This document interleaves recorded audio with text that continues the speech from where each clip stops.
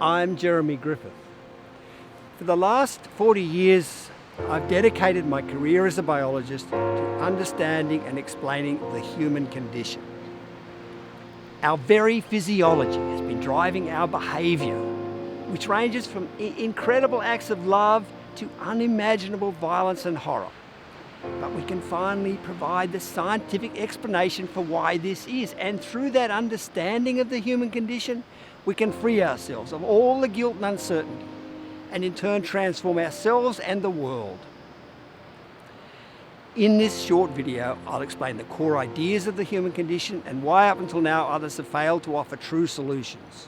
I will help prepare you for the confronting realities and the resulting transformation that will most wonderfully end all the suffering and conflict in the world.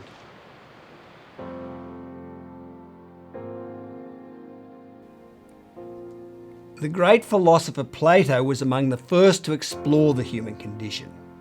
And over 2,000 years later, his writings are still relevant. He put forward the idea that all of humankind lives in a cave, hiding from the truth that is the human condition. In his analogy, the fire that blocks the exit of the cave is the searing, painful light of truth, which is a light we naturally fear because it makes the unbearable imperfections of human life visible. So we hide deeper and deeper within the darkness of the cave. Now, this is a perfect representation of the human condition. It shows that truth can only exist outside the cave. And because our entire existence has been spent sheltered within, everywhere you look you will find nothing but a great mountain of lies, determined efforts to deny and evade the existence of the human condition. So instead of truth, false biological excuses such as that we have savage animal instincts within us and unfounded feel-good explanations have been pushed, each with its own ulterior motive. So what is the human condition and how are we to truthfully explain and solve it? Basically, when we humans developed a fully conscious mind some 2 million years ago, a battle unavoidably developed between it and our already established instincts. And the result of this conflict between our instinct and intellect was that we became psychologically defensive, angry, alienated, and egocentric, which is the upset state we refer to as the human condition. But now that we can explain and understand this conflict, all those insecure, defensive behaviours are made obsolete, brought to an end, and we free ourselves from the human condition. The easiest way to understand this tragic conflict within us and its solution is to apply our situation to another species. So imagine a stork. We'll call him Adam. Each summer, he instinctively migrates north with the other storks to breed. As he has no conscious mind, he doesn't think about or question his behaviour. He just follows what his instincts tell him to do. But what if we give him a large brain capable of conscious thought? Adam will start to think for himself, but many of his new ideas will not be consistent with his instincts. While migrating north with the other storks, Adam notices an island full of apple trees. He makes a conscious decision to divert from his migratory path and explore the island, which is his first grand experiment in self-adjustment. But when Adam's instincts realise he has strayed, they criticise his deprogrammed behaviour and dogmatically try to pull him back on his original course. In effect, they condemn him as being bad. Imagine the turmoil Adam will experience. He can't go back to simply following his instincts. His instinctive orientations to the migratory flight path were acquired over thousands of generations of natural selection, but those orientations are not understandings. Since his conscious mind requires understanding through experimentation, inevitably a war is going to break out with his instincts. And ideally, at that point, Adam's conscious mind would sit down and explain to his instincts why he's defying them. He would explain that the gene-based natural selection process only gives species instinctive orientations to the world, whereas the nerve-based conscious mind, which he's now using, which is able to make sense of cause and effect, needs understanding of the world to operate. But of course, Adam doesn't have this self-understanding. I mean, he's only just begun his search for knowledge. In fact, he's not even aware what the problem actually is. He simply started to feel that he's bad, even evil. So tragically, while searching for understanding, three things unavoidably happened. Adam defensively retaliates against the criticism, he tries to deny it, and he desperately seeks any reinforcement he can find to relieve himself of the negative feelings. He becomes angry, alienated, and egocentric, which is a psychologically upset state we call the human condition.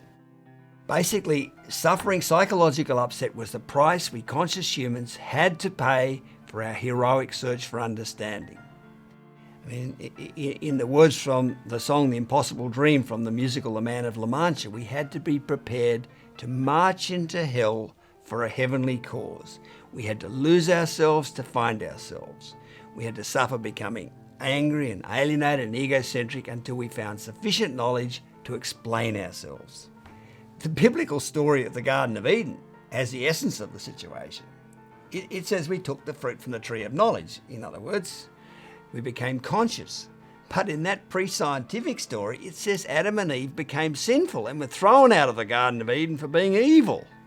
Whereas this story says, no, they got it wrong.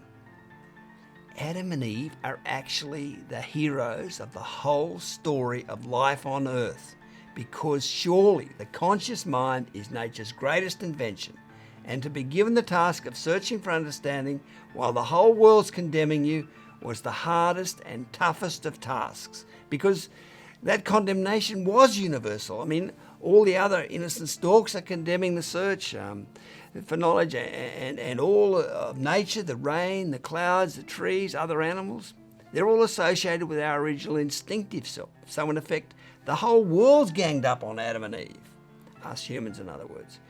And yet all the time we were good and not bad. But we couldn't explain why. But now at last we can.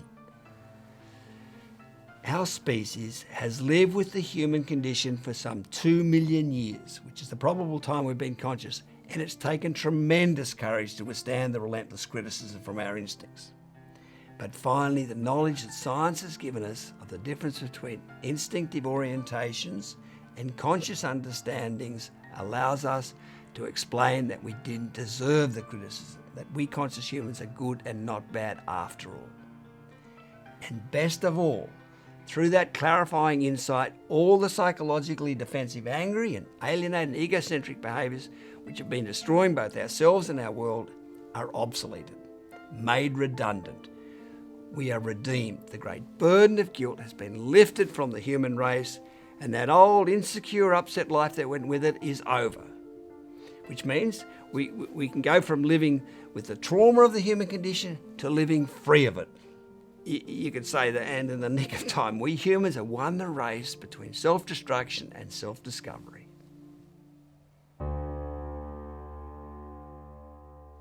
As you work through this material, expect to find some extremely confronting revelations. There'll be times where you may feel it's easier to go back to denying the human condition rather than facing it. We've been hiding in Plato's cave of denial and evasion for so long that when the blinds are sort of suddenly drawn, as it were, that liberating explanation of our condition, that revealing light, can be overpowering as the dishonesty and all the horrible truths of humankind are exposed all at once. But there is an immensely relieving and easy way of coping with the arrival of this liberating understanding. As I emphasised, once we know that our angry, alienated and egocentric condition is finally explained and defended, there's no longer any need to continue with it. With this knowledge in place, it would be irresponsible to continue along that old road. There's an unburdened life waiting for all of us outside the cave in the warm, relieving sunlight, free of the human condition.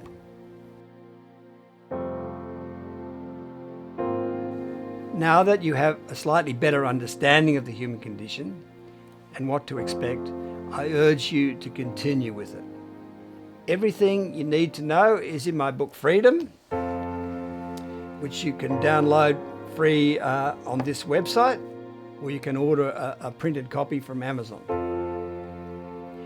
We have also set up the World Transformation Movement, which is a non-profit organisation offering free support, and context and community for everyone. The human condition has caused unmentionable suffering and held us back as a species for millions of years. It's time to take our power back and start living to our species' fabulous, real potential and transform the world.